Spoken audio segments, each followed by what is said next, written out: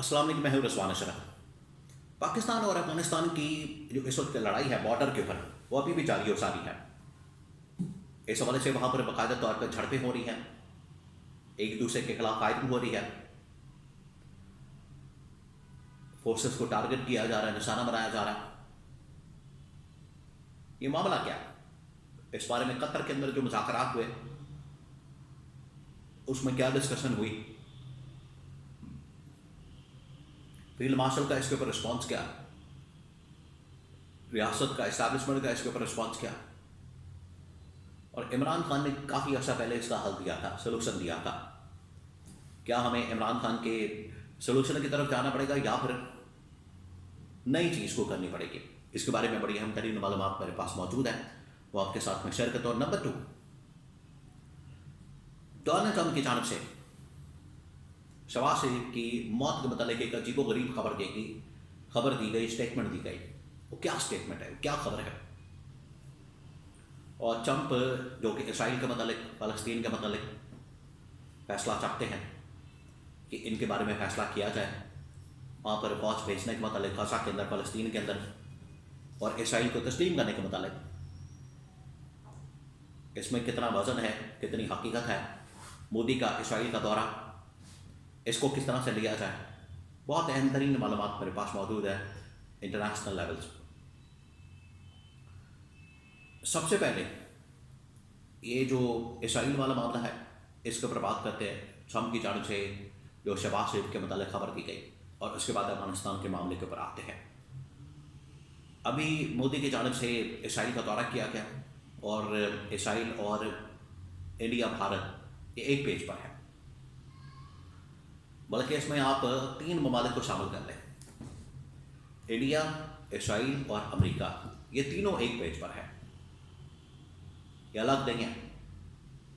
نریندر مودی پہنچا ادھر اسرائیل کا دورہ کرنا ہے، اور ادھر سے امریکی صدر ٹرمپ کے اہم ترین لوگ اسرائیل کے اندر موجود ہیں، جو کہ اس بات کے اوپر ڈسکشن کر رہے ہیں کہ آگے کا لائے عمل کیا ہو، عرب خطے کے حوالے سے لائے عمل کیا ہو، جنوبی ایشیا کے متعلق ہمیں کیا پالیسی اپنانی ہے، یہ وہاں پر ڈسکس ہو رہا ہے۔ اور اگلے 24 سے 48 گھنٹے میں، ہفتے 10 دن میں، یہ تمام چیزیں باہر آ جائیں گی، یہ تمام معاملات باہر آ جائیں گے کہ کس طریقے سے آخرکار انہوں نے پالیسی بنائی ہے، اور آگے یہ دنیا میں کیسے چلنا چاہتے ہیں۔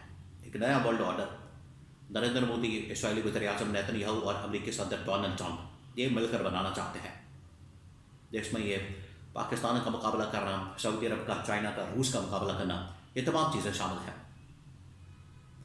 تو یہ بڑی الارمنگ سچویشن ہے۔ پاکستان کو اس حوالے سے بڑا چوکس رہنے کی، الرٹ رہنے کی ضرورت ہے، بجائے کہ وہاں پر اسرائیل کی حمایت میں غزہ اور فلسطین کے اندر حماس کے خلاف فورسز کو بھیجیں۔ یہ تو اسرائیل کی، انڈیا کی، امریکہ کی حمایت ہو جائے گی۔ اب یہ صرف اسرائیل کی حمایت نہیں ہوگی، تو یہاں پر بڑی کرٹیکل سچویشن پیدا ہو چکی ہے، بڑی تھن لائن ہے، جس کو آپ نے ملک سے خاطر رکھنا ہے۔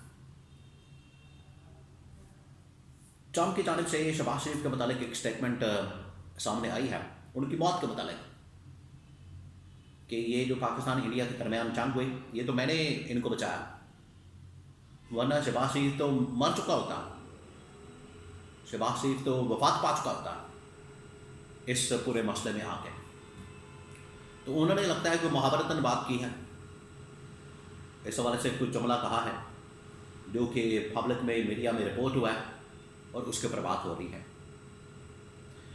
اب آ جائیں افغانستان کے ایشو کے پر، جو کہ بہت ہی سنگین مسئلہ بن چکا ہے، بہت بڑا پرابلم بن چکا ہے، اور ابھی تک اس کا سلوشن نظر نہیں آ رہا۔ عمران خان نے دیا تھا، لیکن یہ اپنا کو سلوشن لے کر بیٹھے ہیں۔ افغانستان کی جانب سے پاکستان کے اوپر آپ کو بتایا کہ دہشت گردی کے واقعات، کارروائیاں اور حملے، خودکش حملے اسلام آباد میں، خیبر پختونخوا میں، بلوچستان میں۔